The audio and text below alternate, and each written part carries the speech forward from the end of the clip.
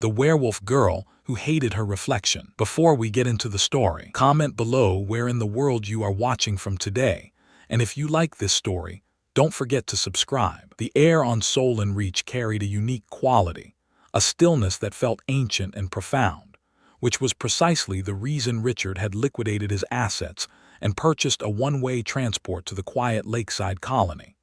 He had spent years in the bustling core worlds, his artistic senses choked by the relentless sensory overload of towering chrome cities and skies clotted with traffic, leaving his canvases feeling hollow and derivative.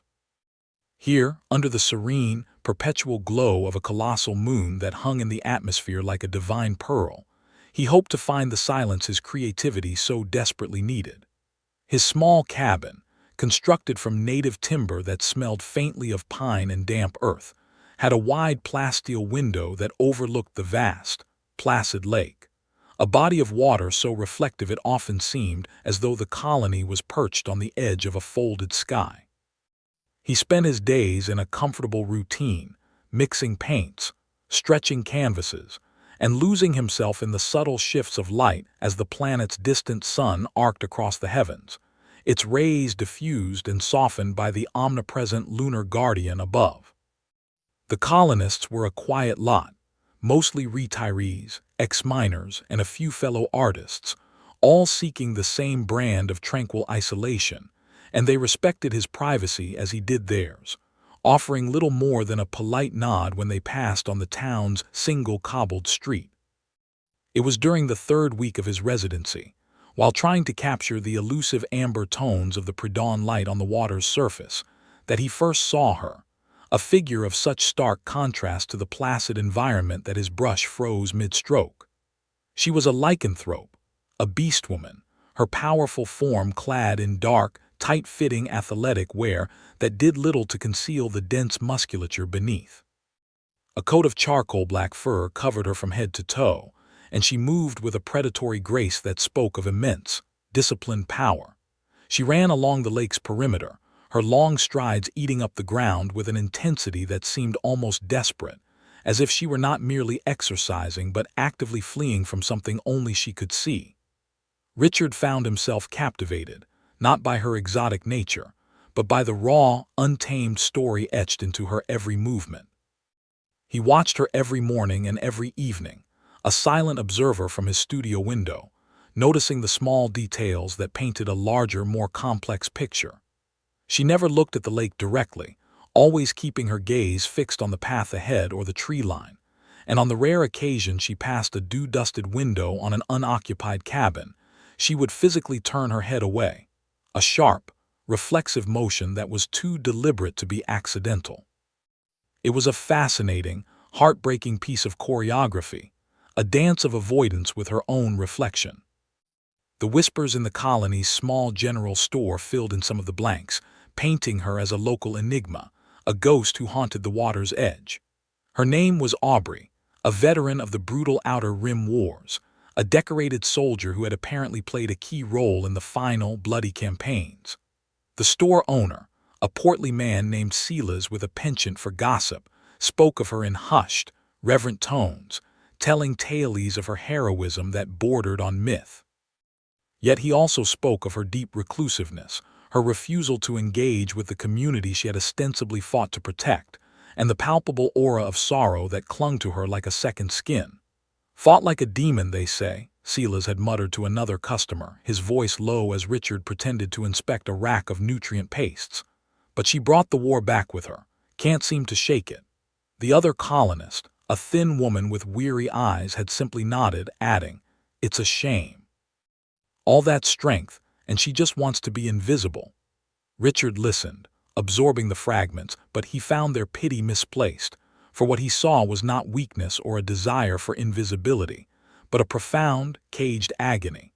He saw a warrior who had survived the inferno only to find herself terrified of the ashes that now coated her own skin, a truth he felt an overwhelming urge to translate onto his canvas.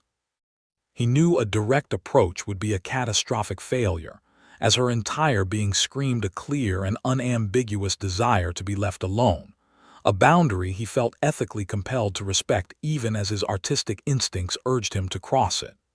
The challenge consumed him, becoming a more potent source of inspiration than any landscape. How could he communicate with someone who refused all channels of communication? How could he show her what he saw without forcing her to confront the very thing she so desperately avoided? He began to think not as a person trying to meet another, but as an artist trying to understand a subject.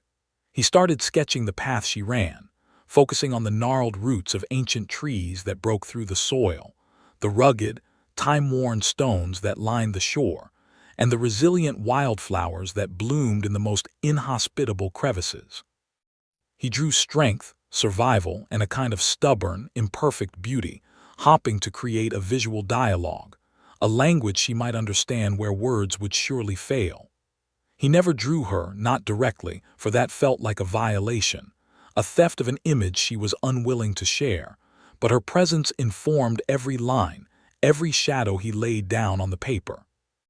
After several days of these silent observations and preparatory sketches, he decided he could wait no longer, the need to try, to make some form of connection, overriding his hesitation.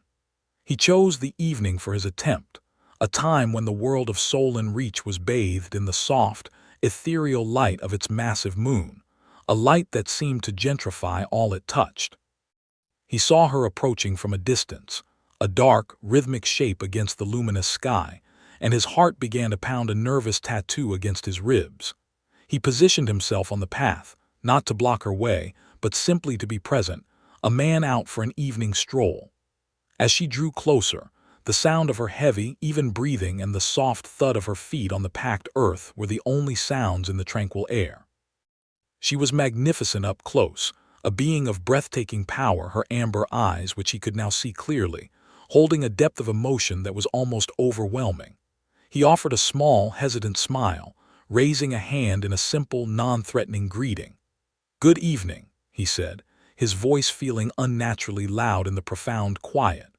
Aubrey did not break her stride, but her head snapped in his direction, her entire body tensing in an instant. Her amber eyes flashed, not with fear or surprise, but with a sudden, cold fury that made the air crackle. A low growl rumbled deep in her chest, a feral, guttural sound that was not an animalistic tick, but a very deliberate and human warning.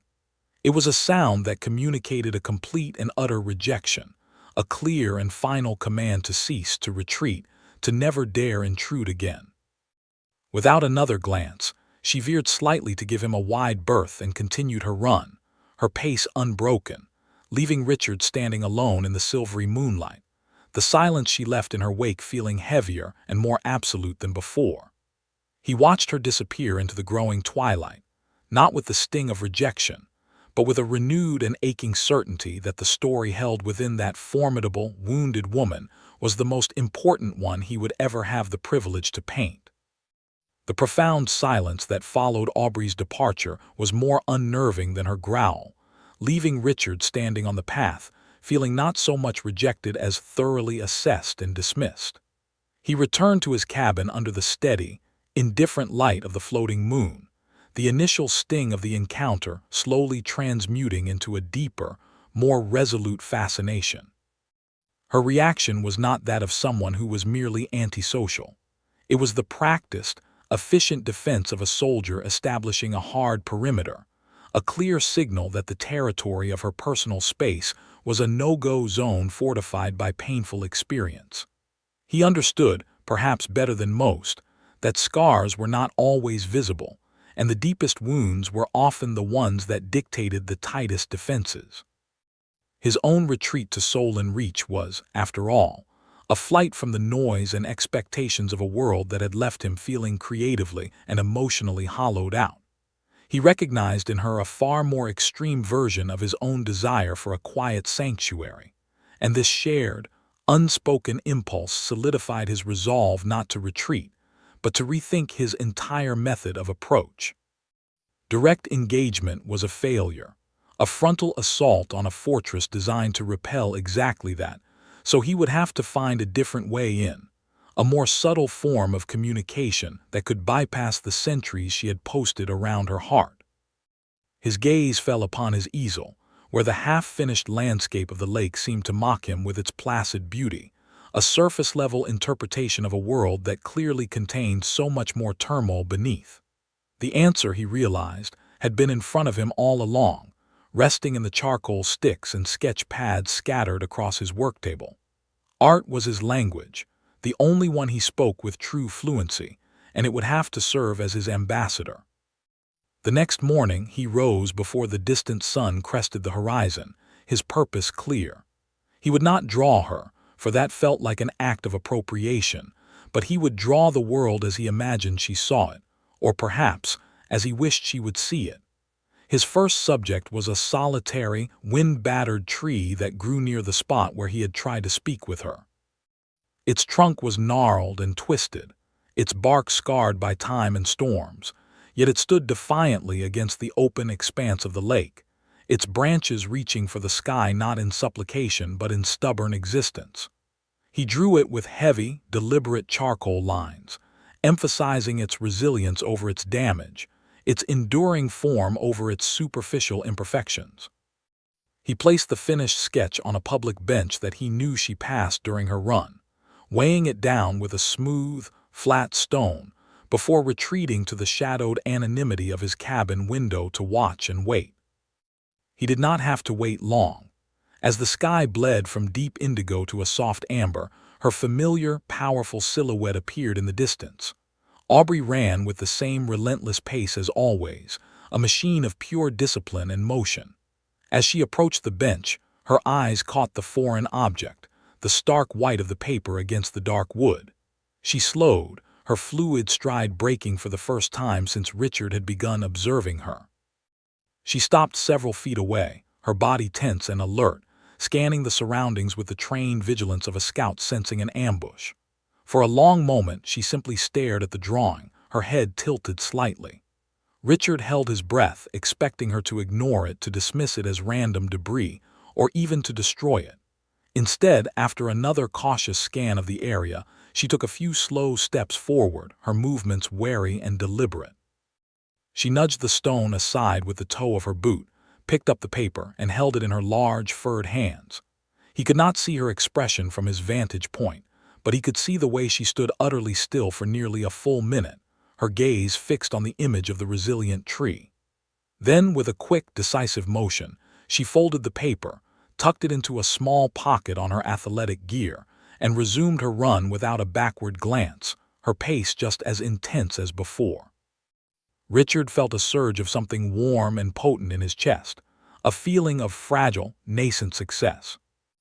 This became their new, unspoken ritual. Every morning, Richard would leave a new sketch on the bench, and every morning Aubrey would pause her run to collect it. He drew a cluster of hardy wildflowers pushing their way through a crack in a lakeside boulder, their delicate petals a stark contrast to their rugged environment. He drew the surface of the lake during a sudden squall, the usually calm water whipped into a chaotic, energetic frenzy that was beautiful in its own untamed fury. He drew the monolithic floating moon itself, not as a serene orb, but as a scarred and pitted celestial body that had endured eons of cosmic impacts, its steady glow a testament to its survival. Each drawing was a message, a single sentence in an ongoing conversation. I see the struggle, I see the strength, I see the beauty in your survival.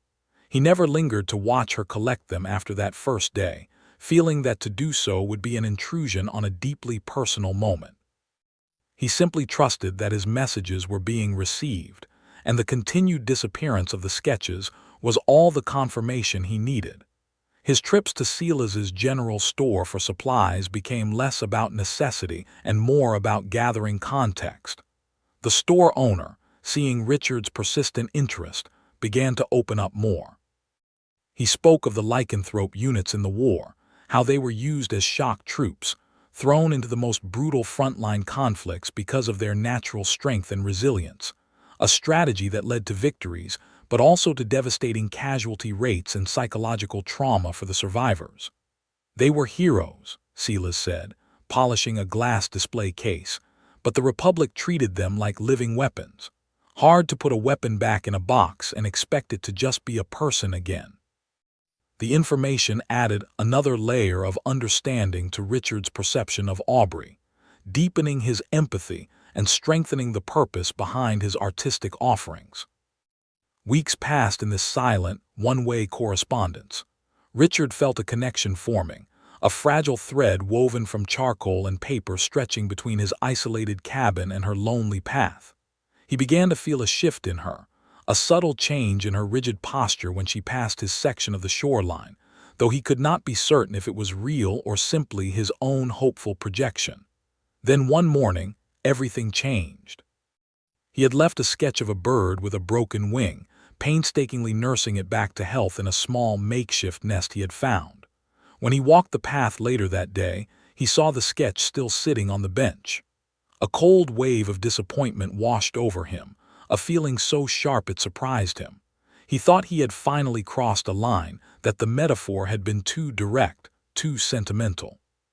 He walked over and picked up the paper, preparing to discard it, assuming their strange dialogue had come to an end. But as he turned it over in his hands, he saw it. On the stark white back of his own drawing was a single, exquisitely detailed image rendered in what looked like mud or dark berry juice. It was a perfect, anatomically correct drawing of a single leaf from a Solon-Reach silverwood tree, its intricate vein structure and serrated edges captured with a precision that bespoke a deeply artistic and observant nature. It was not just a response. It was a statement, a gift, a piece of her return to him. The sight of that small, perfect leaf filled him with a sense of triumph and purpose that eclipsed anything he had ever felt upon completing a masterpiece. This was more than art. It was a connection forged in a language beyond words. He knew what he had to do next, that the time for indirect messages was over. The next evening, he waited for her on the path, not with a simple greeting, but with a new sense of shared understanding. When she approached, her pace slowed, her wariness still present but now mingled with a flicker of something else, a cautious curiosity. She stopped a dozen feet from him, her amber eyes fixed on his, waiting. "The leaf was beautiful," he said, his voice quiet but clear. "You have an artist's eye." A flicker of surprise crossed her features before being suppressed behind her stoic mask. "I wanted to thank you for the drawings," he continued, taking a small step closer. "They helped." He took a deep breath, the pivotal question resting on his tongue. "I asked you once before and you said no, but I'm asking again now that you know how I see things. Let me paint your portrait, Aubrey." Her name felt strange and wonderful on his lips. She stiffened, the old defenses snapping back into place, her powerful arms crossing over her chest. "You want to paint my scars," she said, her voice a low growl, the words an accusation she had likely leveled at herself 1,000 times. Richard held her gaze, his own eyes full of the empathy and sincerity he had poured into every one of his sketches. "No," he replied, his voice unwavering. "I want to paint your strength." She stared at him for a long, silent moment, a universe of conflict warring in her amber eyes. Then she shook her head, a single, sharp motion. "I can't," she whispered, the words barely audible, and turned and walked away into the gathering dusk, leaving him once again alone. But this time, he was not left with silence, but with the distinct and hopeful echo of a door that had been cracked ever so slightly ajar. Richard's second rejection, though whispered and tinged with a sorrow that was somehow more potent than her initial growl, did not deter him. Rather, it clarified the nature of the walls he was attempting to scale. Her refusal was not born of animosity, but of a deep, ingrained fear, a conviction that to be truly seen was to be judged and found monstrous. He continued his ritual of the charcoal sketches, leaving them on the bench not as a petition for her to pose, but as a quiet, consistent statement that he was not going anywhere, that his perception of her remained unchanged by her refusal. Their silent dialogue continued, a fragile yet resilient bridge of art and understanding that spanned the chasm of her trauma. He noticed subtle shifts in the atmosphere of the colony as the annual Founding Day festival approached, a gentle hum of anticipation, replacing the usual deep quiet. Silas had explained that it was a modest affair, a day to commemorate the arrival of the first settlers on Solon Reach, culminating in a traditional light show performed by the heavy transport freighters that made their yearly supply drop. Richard, still feeling like an outsider, had planned to observe from the periphery, another spectacle to be captured on canvas, another piece of the world to understand from a safe distance. The day of the festival arrived with a rare, cloudless sky, allowing the light of the distant sun to fall with unusual clarity upon the lakeside settlement. The town square, normally a quiet, cobbled space, was filled with long tables laden with food, and the air carried the sounds of gentle laughter and conversation, a stark contrast to the profound silence Richard had grown accustomed to. He saw Aubrey on the far edge of the gathering, a solitary figure leaning against the trunk of a massive silverwood tree, her arms crossed defensively over her chest. She was present but not participating, a ghost at the feast. Several colonists, emboldened by the festive spirit, made tentative approaches, offering her a plate of roasted grock meat or a cup of spiced cider. Richard watched as she declined each offer with a stiff but polite shake of her head, her amber eyes constantly scanning the crowd, never resting in one place for long, the posture of a soldier on watch, unable to ever truly be at ease. He felt a familiar pang of empathy, understanding the profound chasm that lay between wanting to belong and being utterly incapable of bridging the gap. He was sketching the scene in his mind, the interplay of community and isolation, when the first deep, resonant hum vibrated through the ground, a sound that signaled the arrival of the transport freighters. A wave of excitement rippled through the crowd as they turned their faces to the sky. 3 colossal cargo haulers descended through the upper atmosphere, their massive forms blotting out the stars, their running lights blinking in a slow, rhythmic pattern. For the colonists, it was a moment of celebration, a connection to the wider galaxy, a promise of supplies and news from the core worlds. But for Aubrey, the sound was something else entirely. Richard, who had been watching her, saw the change immediately.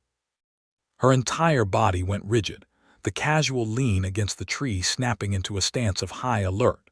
Her head tilted, her ears twitching, as the low, guttural thrum of the freighter's engines deepened, echoing off the surface of the lake and the surrounding hills. It was a sound that was uncannily similar to the engine whine of the old Republic destroyers used during the Outer Rim Wars, a sound that had once been the harbinger of either salvation or annihilation. As the freighters began their choreographed display, banking and turning in wide, graceful arcs, their powerful searchlights cutting brilliant white swaths across the twilight sky, the illusion of peace on Solon Reach was shattered for her. The flashes of light were like muzzle flares from heavy cannons, the deep engine groan the sound of an approaching bombing run. Her control, maintained for so long with such fierce discipline, crumbled into dust. A choked, guttural sound escaped her throat and she stumbled away from the tree, her powerful legs unsteady. The colonists, engrossed in the celestial ballet above, at first did not notice. Richard, however, could not look away. He saw her press her hands over her ears, a futile gesture against a sound that was now reverberating inside her very bones, a memory made real. She fell to her knees, her body trembling violently, her breathing coming in ragged, panicked gasps. The spectacle in the sky became a direct, personal assault, and her mind, unable to distinguish between the festive present and a horrific past, plunged her back into the maelstrom of battle. Her claws, thick and black, extended from her fingertips, and she began to tear at the soft dirt and grass of the town square, not in a fit of rage, but as if trying to dig a trench to find cover from an unseen enemy. A low, continuous moan of pure terror escaped her lips, a sound of such profound agony that it cut through the festive atmosphere like a shard of broken glass. The colonists finally turned, their laughter dying in their throats, their smiles freezing and falling from their faces. They saw not their reclusive neighbor, but a wild, terrifying creature lost in a violent, incomprehensible fit. Fear, swift and cold, replaced their celebratory cheer. They backed away, forming a wide, silent circle around her, their faces a mixture of horror and morbid curiosity. Silas took a half step forward, his hand outstretched, but he faltered, unsure of what to do, what to say in the face of such raw, primal trauma. Richard felt a surge of cold anger at their fear, at their immediate judgment. They saw a monster, but he saw a soldier drowning, reliving an agony they could never comprehend. He did not hesitate. Pushing his way gently through the stunned circle of onlookers, he walked into the empty space around her. He knew instinctively that touching her, or even speaking to her, would be worse than useless. It would be perceived as another threat in a world that was already attacking her from all sides. So he did the only thing he could. He calmly sat down on the ground a few feet away from her, placing himself between her and the frightened, staring crowd. He did not look at her, but instead fixed his gaze on the distant, silent moon, presenting a calm, non-threatening posture. He became a silent guardian, a quiet anchor in her storm-tossed reality, offering not a solution or a cure, but the simple, profound gift of a non-judgmental presence. He sat there as the light show reached its crescendo, the freighters making one final, loud pass overhead before ascending back into the velvet blackness of space, their engine hum fading until it was gone, leaving only the gentle chirping of night insects and the heavy sound of Aubrey's ragged breathing. Slowly, as the last echoes of the perceived threat faded, the tension began to drain from her body. Her trembling subsided, her claws retracted, and the terrible moaning quieted. She remained on her hands and knees for a long time, her head bowed, her charcoal fur matted with dirt and sweat. When she finally lifted her head, her amber eyes were unfocused, clouded with confusion and a deep, gut-wrenching shame. Her gaze swept over the silent, staring faces of the colonists, and a visible shudder of humiliation ran through her. Then her eyes found Richard, sitting quietly on the ground, his presence a small island of calm in her sea of mortification. He met her gaze, and in his eyes she found no fear, no pity, and no judgment, only a deep, quiet understanding. He slowly got to his feet, dusting off his trousers, and extended a hand not to her, but just as an open gesture. "Let's get you home," he said, his voice soft, the words simple and practical, devoid of any emotional platitudes that would have only served to deepen her shame. She stared at his hand for a moment, then at his face, before shakily pushing herself to her feet. She ignored the whispers and the pointed stares of the other colonists as she walked toward him, and together they left the festival square, leaving the remnants of the celebration behind them. The walk to her secluded cabin at the far end of the lake was conducted in a thick, heavy silence, yet it was not an awkward silence. He walked beside her, close enough to offer support if she stumbled, but not touching her, allowing her the dignity of her own space. When they reached the heavy wooden door of her home, she stopped, her hand resting on the latch, her back to him. This was her final perimeter, the entrance to her sanctuary. He expected her to dismiss him with a muttered thanks, to retreat into her solitude to lick her wounds. Instead, after a long, pregnant pause, the latch clicked, the door swung inward into a darkened interior, and she stepped aside. It was a silent invitation, an act of trust so profound it left him momentarily breathless. He stepped over the threshold, and the door swung shut behind him, plunging them into the quiet, mirrorless darkness of her hidden world.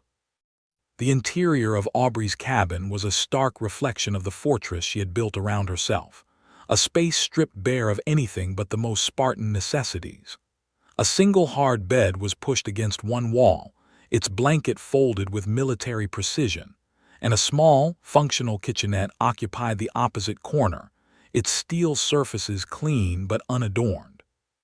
There was a table, 2 chairs, and a single bookshelf containing what looked like tactical manuals and worn volumes of classic literature, but the most striking feature of the small dwelling was what it lacked. There were no photographs, no decorations, no personal trinkets, and most significantly, no mirrors. Not a single reflective surface existed within the 4 walls. The plasteel window overlooking the lake had been treated with a non-reflective coating that gave the outside world a soft, matte finish, and even the metallic utensils in the kitchen seemed to have been deliberately scoured to a dull, non-gleaming patina. Richard absorbed the details in the dim, low light, and his understanding of her deepened with a painful clarity. This was not just a home. It was a sensory deprivation chamber designed to eliminate one specific stimulus, a sanctuary meticulously engineered to protect its inhabitant from the horror of her own image. He said nothing, his silence a sign of respect for the profound and painful story the room was telling him. He simply filled a kettle with water and set it on the heating element, the quiet hum of the appliance the only sound breaking the thick silence, his movements calm and purposeful, an unspoken message that he was not a guest to be entertained, but simply a person offering a moment of quiet support. Aubrey had sunk into one of the hard wooden chairs at the table, her massive frame seeming to shrink in on itself, her head bowed so that her face was obscured by a curtain of her dark, charcoal fur. The shame radiating from her was a palpable force in the small cabin, a heavy cloak of mortification that seemed to suck the very air from the room. She had not spoken a single word since they had left the town square, and Richard did not press her, knowing that any words he could offer would be clumsy and inadequate in the face of such a raw and public unraveling.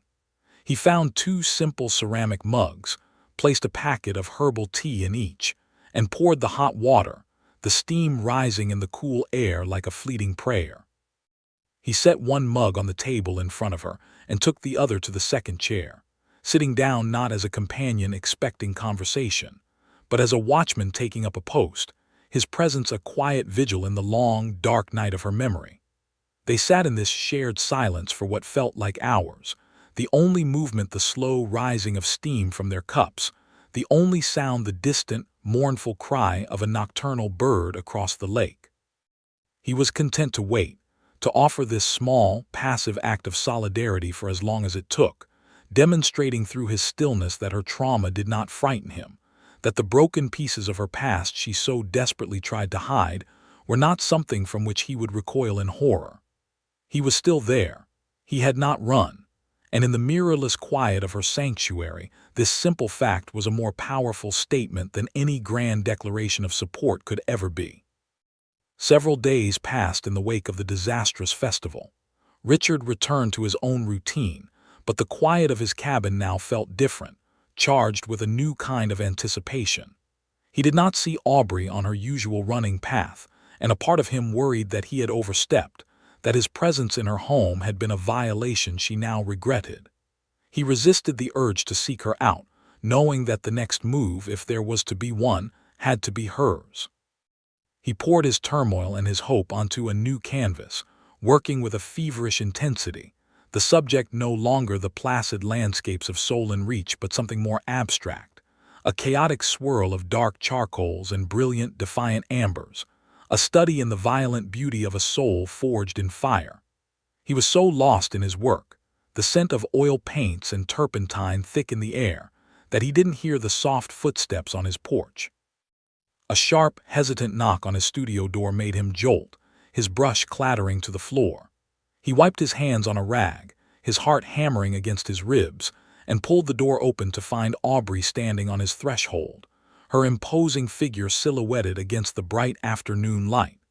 She looked different, the defensive, aggressive posture she usually adopted replaced by a palpable tension, a vulnerability that seemed to cost her a great deal to display. She did not wait for an invitation but stepped inside, her amber eyes sweeping across his studio, taking in the scattered canvases, the jars of brushes, the chaotic but organized mess of a painter's life. Her gaze lingered on the paintings leaning against the walls, landscapes of the lake, sketches of the resilient trees, each one a testament to his persistent, quiet communication. She finally turned to him, her expression unreadable, her arms crossed over her chest in a gesture that was either a defense or an attempt to hold herself together. "Why?" she asked, her voice low and rough but steady. "At the festival, everyone else backed away. They looked at me like I was some kind of monster, a rabid animal that needed to be put down. But you didn't. You walked closer. Why?" The question hung in the air between them, sharp and heavy. She was interrogating him, testing his motives, searching for the hidden angle, the inevitable price for his kindness. Richard leaned back against his work table, crossing his own arms in a mirror of her posture, not as a defense, but as a way of meeting her on her own terms. "Because I didn't see a monster," he replied simply, his voice calm and even. "I saw a soldier who was still on the battlefield, and you don't abandon a soldier when they're under fire." Her expression flickered, a crack in the stoic facade. "That's a nice sentiment," she said, a cynical edge to her voice. "But it doesn't answer the real question. What do you want from me, Richard? People like you, artists, you're collectors of broken things.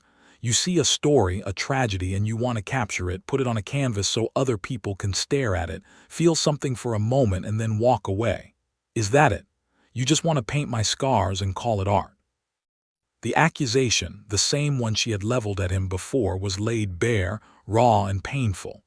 He knew this was the critical moment, the point upon which everything would either pivot or shatter completely.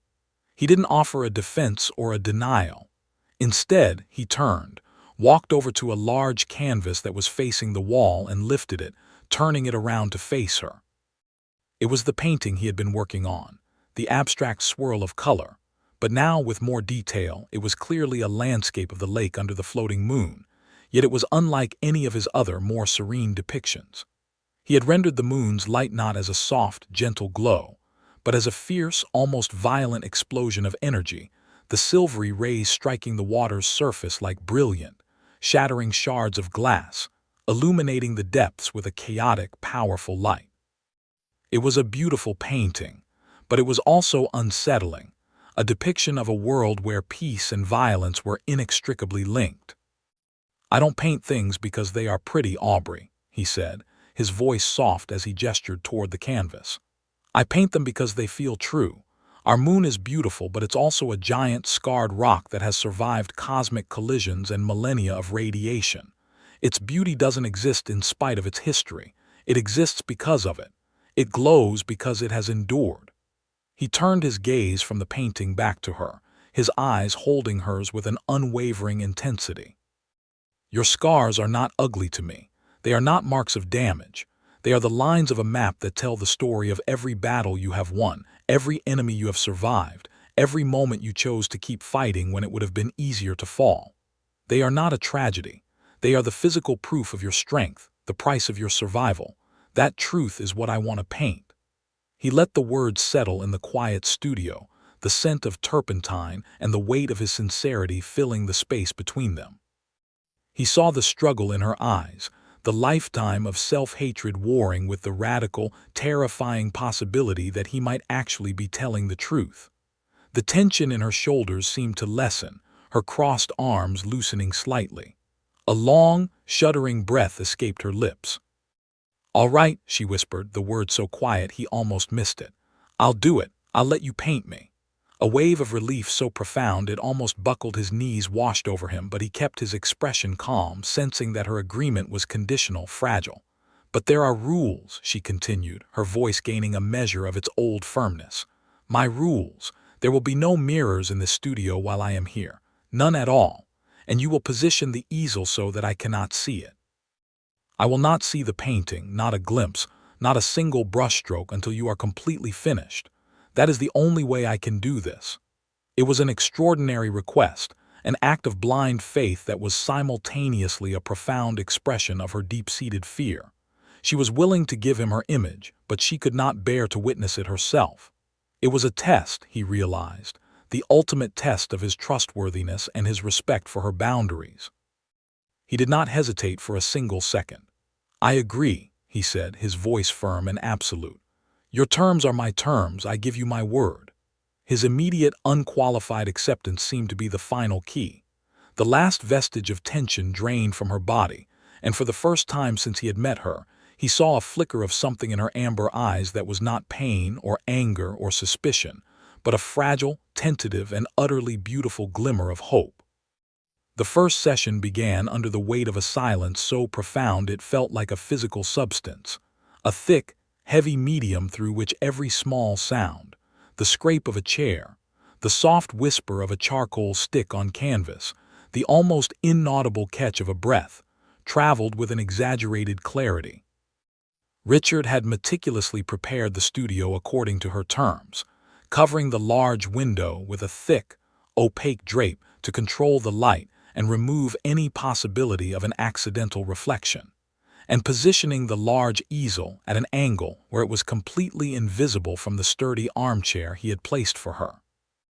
Aubrey entered the space with the cautious, sweeping gaze of a soldier clearing a potentially hostile room, her amber eyes cataloging every detail before she settled into the chair, her posture ramrod straight, her large hands resting stiffly on her knees.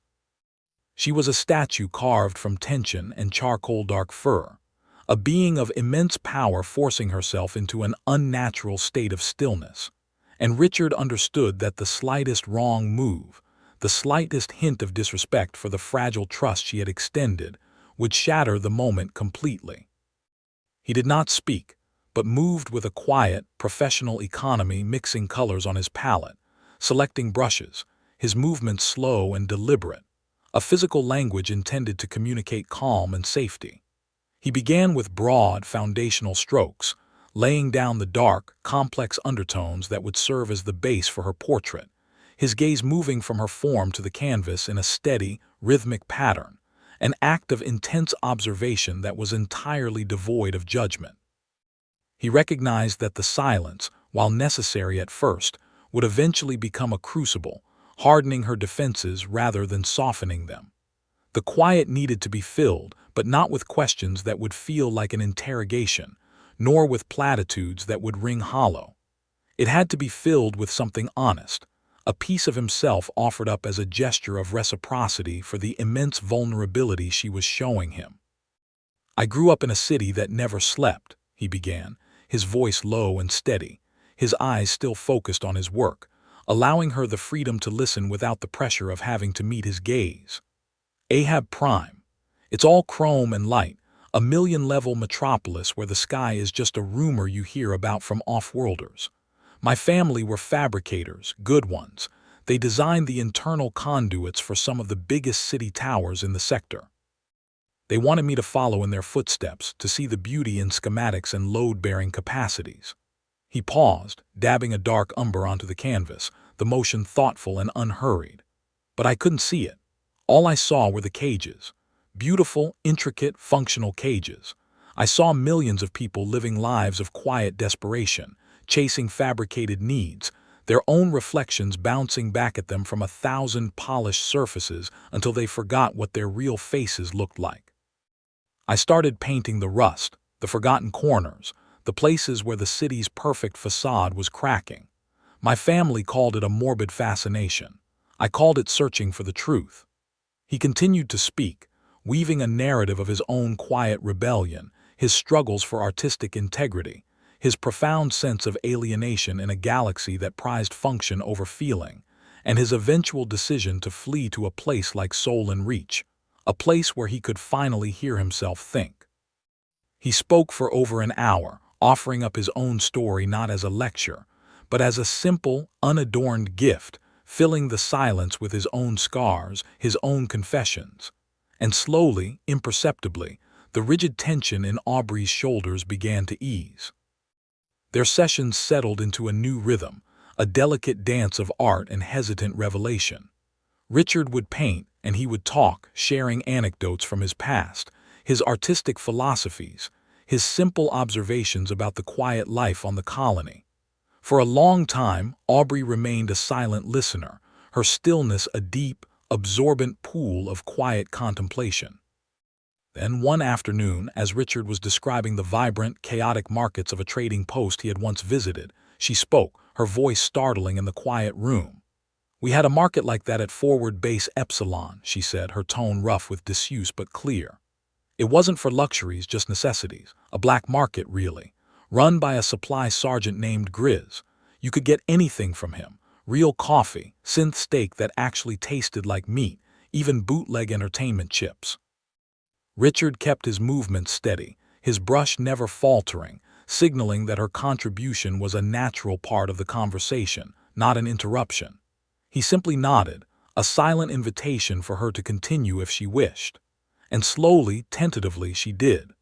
Over the course of many subsequent sessions, she began to share fragments of her former life, painting a picture not of a traumatized victim, but of a soldier. She spoke of the bone-deep weariness of long patrols, the bitter, chemical taste of standard-issue rations, and the gallows humor that thrived in the face of constant danger. She told him about her unit, the Wraiths, a tight-knit group of lycanthropes who had become her only family.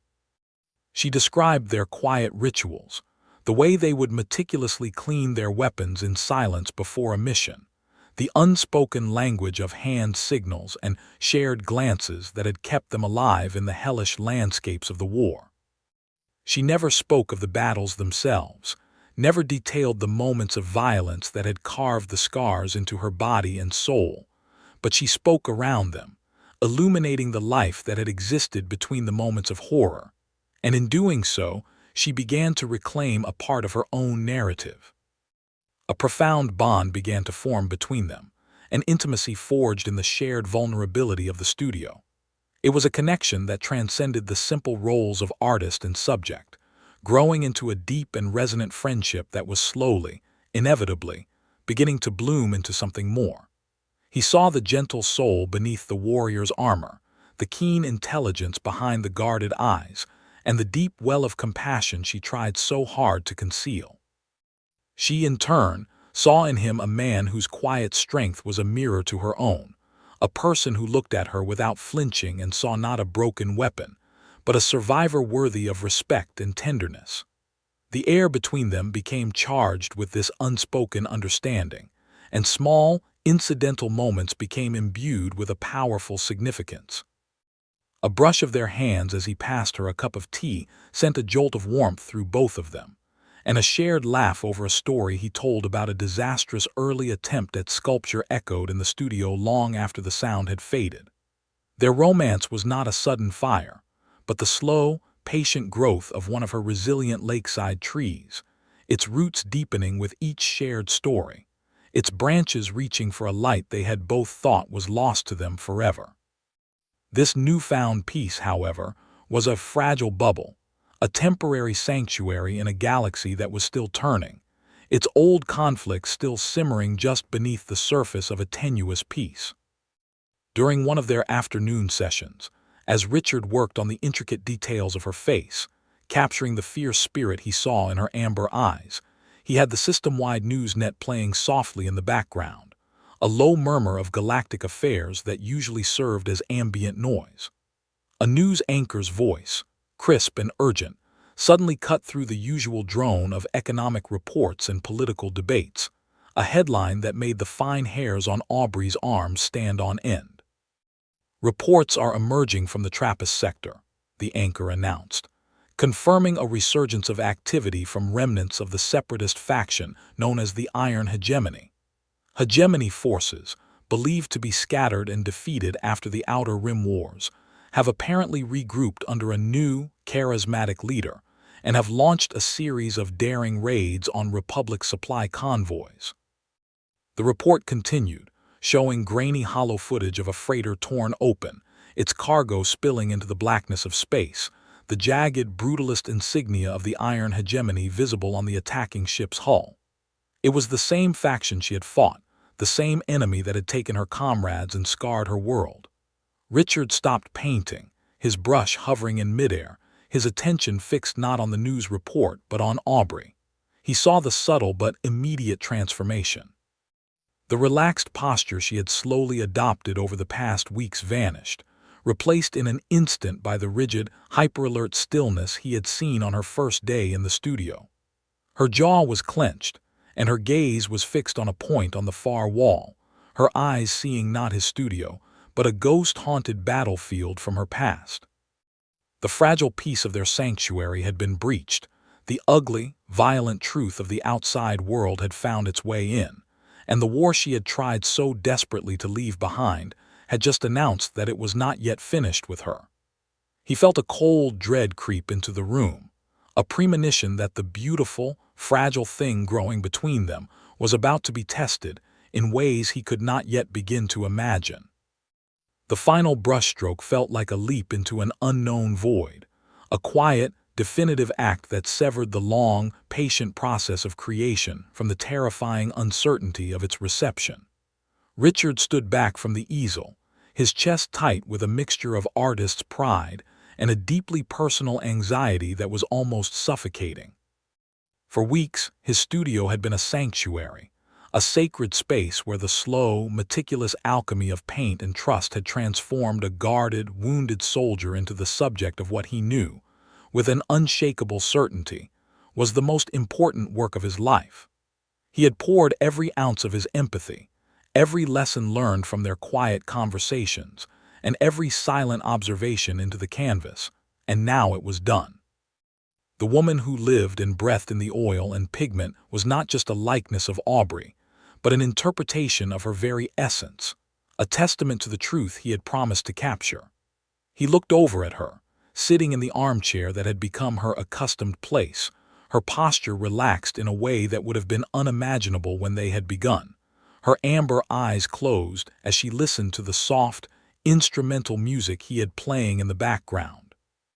The trust she had placed in him was a heavy, precious weight, and the thought of betraying it, even accidentally, was a fear more potent than any fear of critical failure he had ever experienced as an artist. He cleaned his brushes with a slow, deliberate motion, the familiar ritual a small anchor in the churning sea of his emotions, stalling for a few more moments before he would have to turn the canvas and face the verdict. "It's finished," he said, his voice quiet, yet it seemed to echo in the still, paint-scented air of the studio. Aubrey's eyes snapped open, and in an instant the relaxed ease vanished, replaced by the old, familiar tension that coiled in her shoulders and tightened her jaw. She slowly rose from the chair, her movements stiff and guarded, her gaze fixed not on him, but on the back of the canvas, the blank, stretched fabric a screen onto which she was clearly projecting 1,000 monstrous images of herself. He saw the war in her eyes, the internal battle between the fragile hope he had nurtured and the deep-seated self-loathing that had been her constant companion for years. She took a half-step back, her hands clenching into fists at her sides, a primal, instinctive retreat from a confrontation she had agreed to but was not sure she could endure. "You don't have to look if you're not ready," Richard said softly, his heart aching at the sight of her fear. "I gave you my word. This is on your terms." His words seemed to steady her. She took a deep, shuddering breath, the kind a soldier takes before going over the top of a trench, and gave him a single, sharp nod. The decision was made. With a reverence that bordered on the ceremonial, Richard took hold of the heavy wooden easel and slowly, carefully, turned it to face her, revealing the culmination of their shared journey. The woman in the portrait was undeniably Aubrey, yet she was a version of herself that she had never allowed herself to see. Richard had not shied away from her scars. They were all there, rendered with an unflinching, almost topographical honesty. The jagged line that cut across her brow, the starburst of puckered tissue on her shoulder, the faint, silvery tracks that mapped her powerful arms. He had painted them not as blemishes or marks of damage, but as integral parts of her landscape, like the ancient, weathered cracks in the face of a mountain, features that spoke of history, pressure, and immense, enduring strength. He had used light and shadow with a masterful touch, framing her form not in darkness, but in the complex, ethereal glow of the floating moon, the same chaotic yet beautiful light he had captured in his earlier landscape. The moonlight seemed to emanate from within her as much as it fell upon her, catching the subtle silver threads in her charcoal fur and illuminating the fierce, unyielding spirit in her amber eyes. He had painted the weariness that clung to her posture, the memory of battles that resided deep within her bones, but he had also captured the incredible, disciplined power in her musculature and the sharp, assessing intelligence in her gaze. It was not a portrait of a victim or a monster. It was the portrait of a warrior, a survivor, a queen in exile, regal and formidable even in her quiet solitude. Aubrey stood frozen, her breath hitched in her throat, her eyes wide as they traced the lines and colors of the image on the canvas. A single, crystalline tear escaped from the corner of her eye and traced a slow, clean path through her dark fur. Then another, and another until silent, streaming tears flowed freely down her face, a quiet, profound release of a grief she had held captive for a decade. It was the soundless, body-racking sob of a prisoner who, after years of confinement in a dark cell, was finally shown a window. She was not seeing a reflection, which would have only confirmed her own distorted self-perception, but was instead seeing herself through the filter of another's eyes, through the lens of Richard's unwavering belief in her strength and her truth. The monster she had carried within her, the one she had hated in every reflective surface, was absent from the canvas. In its place was a stranger she vaguely recognized, a woman of breathtaking power and dignity whom she desperately wanted to know. She took a stumbling step forward, her hand rising as if to touch the painting, to confirm that this image, this radical reinterpretation of her own existence, was real. Her fingers hovered just inches from the canvas, trembling. Richard closed the distance between them, his presence a warm, solid anchor in her emotional storm, and gently took her trembling hand in his own, lacing his fingers through hers. She turned to him, her tear-filled amber eyes holding a universe of gratitude, of shock, of a fragile, dawning self-acceptance. In that moment, the remaining walls between them crumbled to dust. He leaned in and kissed her, a gesture of such tenderness and profound connection that it felt less like a first kiss and more like a homecoming.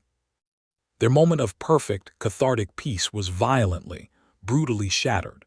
A deafening, percussive blast ripped through the tranquil afternoon air, a sound so powerful it rattled the very foundations of the cabin, shaking jars from shelves and sending canvases crashing to the floor. The sound was immediately followed by the scream of tearing metal and the sickening crunch of a massive impact. Both of them instinctively dropped to a crouch, Aubrey's reaction a fluid, practiced motion that was a half-second faster than Richard's. Her head snapped toward the direction of the sound, the colony's small, unassuming landing pad. Smoke, thick and black, was already beginning to billow into the clear sky, a greasy, ugly stain against the serene backdrop of the lake and the floating moon. Panic and confusion erupted in the town square, the distant shouts of alarmed colonists reaching them as a faint, chaotic chorus. Richard's heart hammered in his chest, his mind struggling to process the sudden, violent intrusion, but Aubrey was already moving, her transformation instantaneous and absolute. The soft, vulnerable woman who had wept in his arms was gone, replaced by the soldier she had once been. Her eyes were hard, her movements efficient and deadly serious as she scanned the perimeter through his studio window.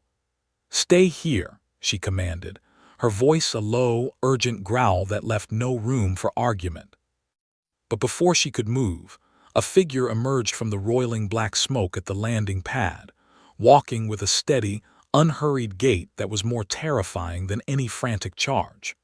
The figure was tall and broad, encased in dark, angular armor that bore the jagged, menacing insignia of the Iron Hegemony.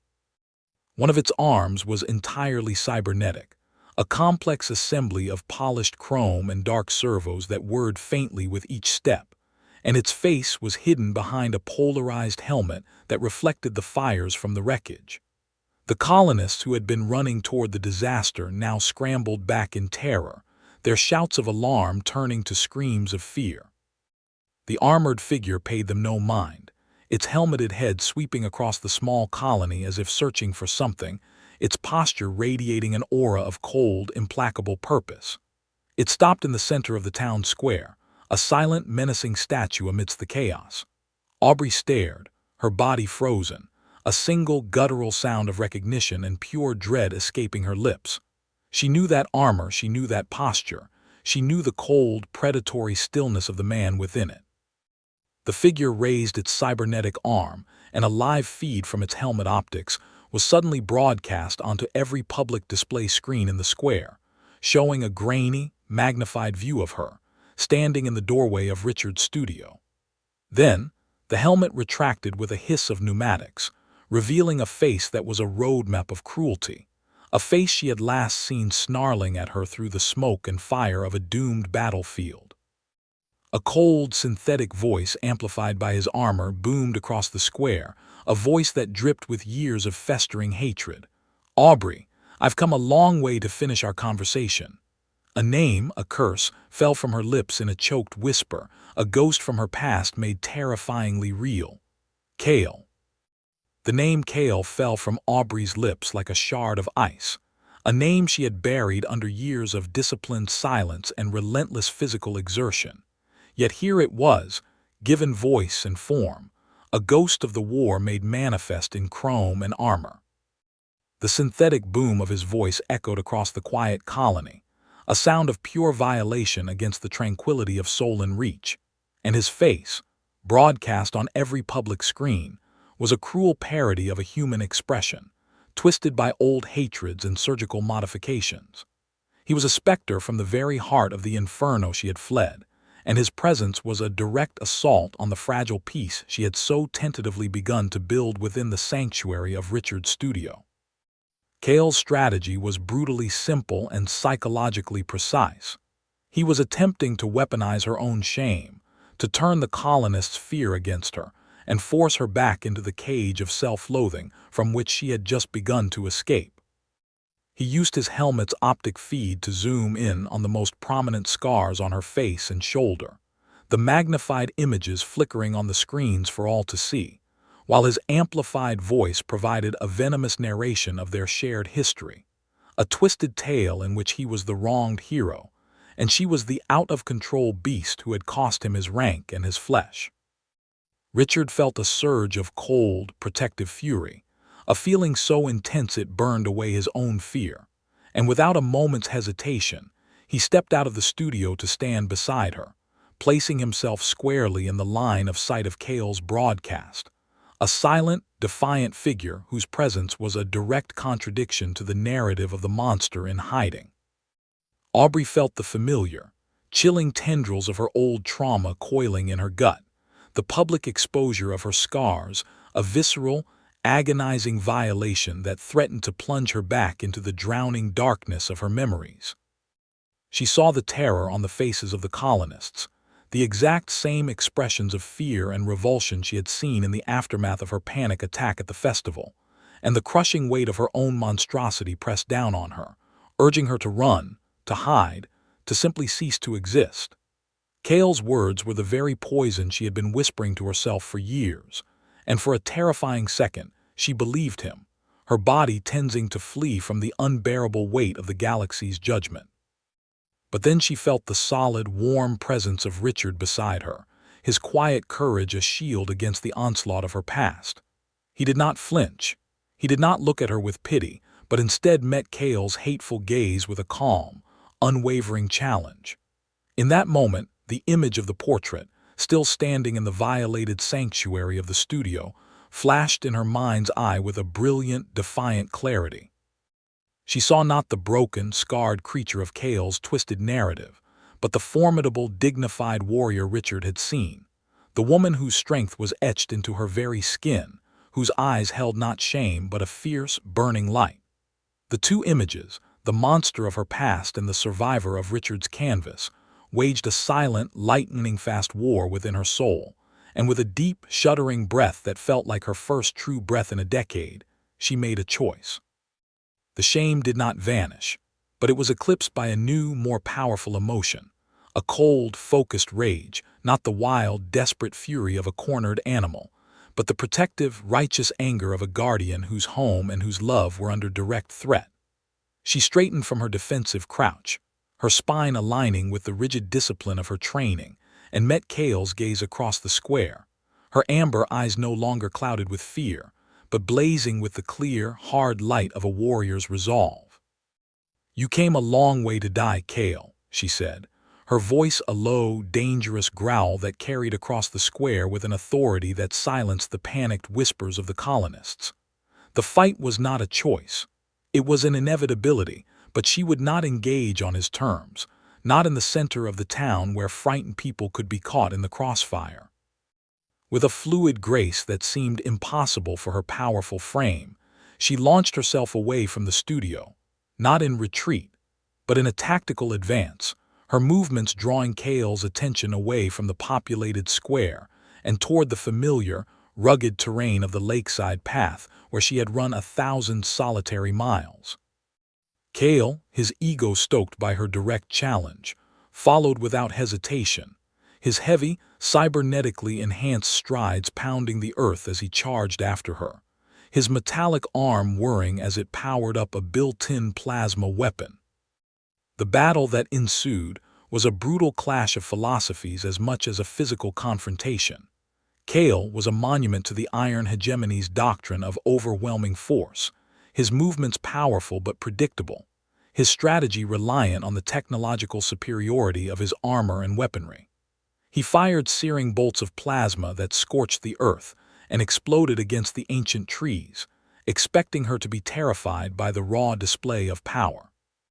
But Aubrey was not a raw recruit to be intimidated by loud noises and bright lights.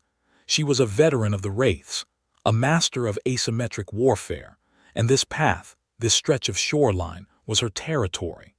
She moved like a phantom through the landscape she knew intimately, the gnarled roots, the slick patches of moss, the low-hanging branches becoming her allies, obstacles she could navigate with instinctual ease while they served to hinder and frustrate her heavily armored opponent.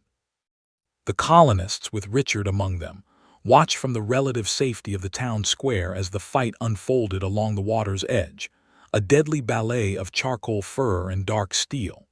They saw Kale's brute force being constantly outmaneuvered by Aubrey's fluid, intelligent tactics. She used the reflective surface of the lake, the very thing she had once despised, to anticipate his movements, catching the glint of his armor in the corner of her eye. She goaded him into firing his plasma weapon until its energy cell began to whine with the strain of overuse. And then, as he paused to allow it to cool, she exploded from the shadows of a dense copse of silverwood trees. She did not meet his strength with strength, but with precision and leverage, her claws scoring deep gouges in the weaker joints of his armor, her powerful legs allowing her to leap and weave around his clumsy, powerful swings. The fight culminated on a narrow, rocky outcrop overlooking the water, the very spot where Richard had once left a sketch of a resilient flower. Kale, enraged and frustrated, lunged at her, his cybernetic arm extended, its powerful servos designed to crush plasteel.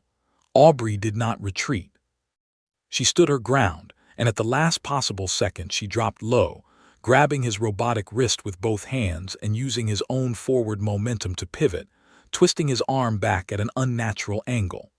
There was a sickening crunch of metal and wiring, a shower of sparks, and Kale roared in pain and fury as his primary weapon was rendered a useless, mangled appendage. Disarmed and unbalanced, he was vulnerable. She drove her shoulder hard into his chest, a single, focused blow that sent him stumbling backward off the outcrop and into the deep, cold waters of the lake with a tremendous splash. He sank like a stone, his heavy armor a fatal liability, and Aubrey stood on the edge, breathing heavily, not in triumph, but with the grim finality of a protector who had neutralized a threat to her home. The silence that descended in the wake of the battle was absolute, broken only by the sound of Aubrey's own ragged breathing and the gentle lapping of the lake against the shore. The colonists, who had been frozen in a mixture of terror and awe, slowly began to emerge from their homes and hiding places. Silas, the portly store owner, was the first to approach, his usual gossipy demeanor replaced by a look of profound, humbled respect. He stopped a few feet from her, simply nodding his head in a gesture of gratitude that was more eloquent than any words he could have spoken. Others followed, their faces no longer holding fear but a dawning understanding. They were not looking at the reclusive, broken ghost of the lake. They were looking at their protector, the hero they had only ever spoken of in hushed whispers. Richard pushed through the small crowd, his eyes only for her. He stopped in front of her, his hands gently cupping her face, his thumbs wiping away a smear of dirt and grime from her cheek. He didn't need to say a word. The pride and love in his eyes were a balm to her soul. Later, after the small local security force had fished a sputtering, defeated Kale from the lake, and the quiet order of Solon Reach had been restored, she and Richard walked together along the shoreline as the first stars began to appear in the twilight sky. They stopped at the water's edge, the surface a perfect, unbroken mirror under the serene glow of the floating moon. For the first time in her life, Aubrey looked down at her own reflection and did not flinch. She saw the charcoal fur, the powerful frame, and the network of scars that told the story of her survival. But she also saw the warrior who had just defended her home, the woman who had let herself be seen and loved, and the steady, gentle presence of Richard standing right behind her, his hand resting supportively on her shoulder. The two images, the woman in the water and the man beside her, merged into a single, complete picture. It was not a perfect reflection, but it was a true one, and for the first time she found it beautiful.